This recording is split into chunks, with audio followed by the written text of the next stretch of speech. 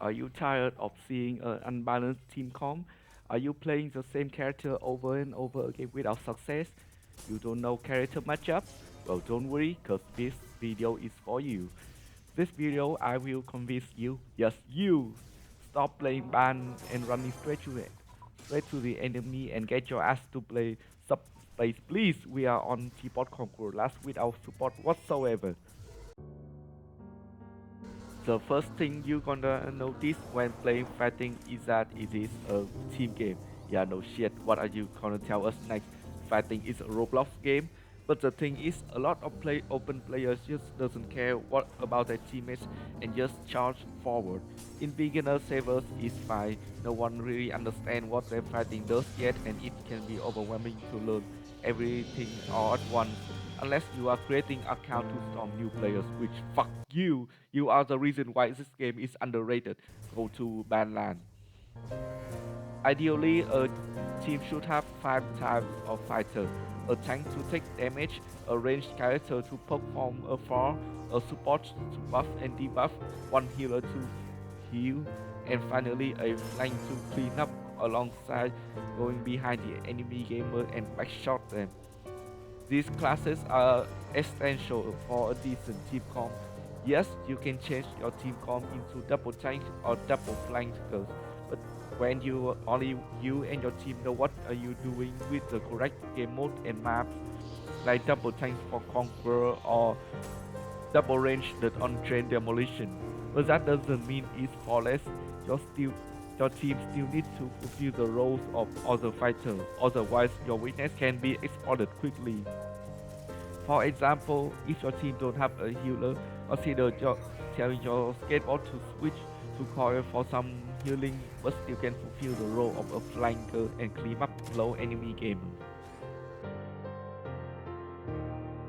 It's well known by now that in a class-based game, you should at least try one of them for 2 to 3 matches.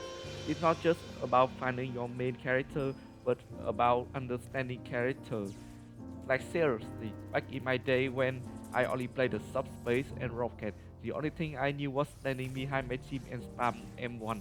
It worked at first when the only opponent I faced were all the clueless sort running around. But by the time I need to adapt to new enemy, I kept dying over and over again because I don't know why I couldn't deal with no few new faces. I couldn't understand why bans can ease was so long and biograph deal so much damage under 2 seconds. And most importantly, what is so unfair for me.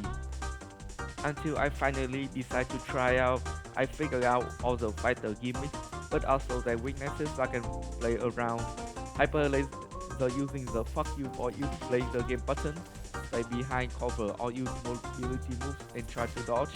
While Rap targets you, stick with your team tank and Banhammer E, VS key. From those weaknesses then we can talk about. There are a lot of fun things to get good at fighting, but in my opinion, an underrated part of playing is something that can be found in any game with multiple characters, matchups.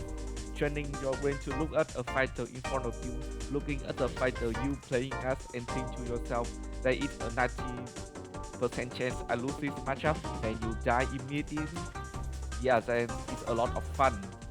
What makes this process engaging that you can use those knowledge to your advantage and exploiting those who didn't have that info beforehand. Of course, I'm not gonna sit here and describe every matchup in fighting, but I can tell that by pressing play different characters, eventually you're gonna notice some fighters that you may have way better chance of winning. For example, Banhammer, a fighter I play a lot recently, is really weak towards fighter with ranged attack, tech, and debuff like rocket and hyper alongside subspace. But against melee focus fighter like sword or bio, Banhammer can beat them like me beating my son after 3 losing match in fighting. So Banhammer has to wait for support to help dealing with threats outside of ban range.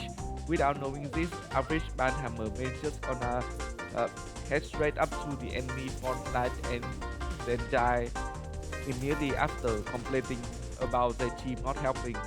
O- Okay, that's it. Goodbye.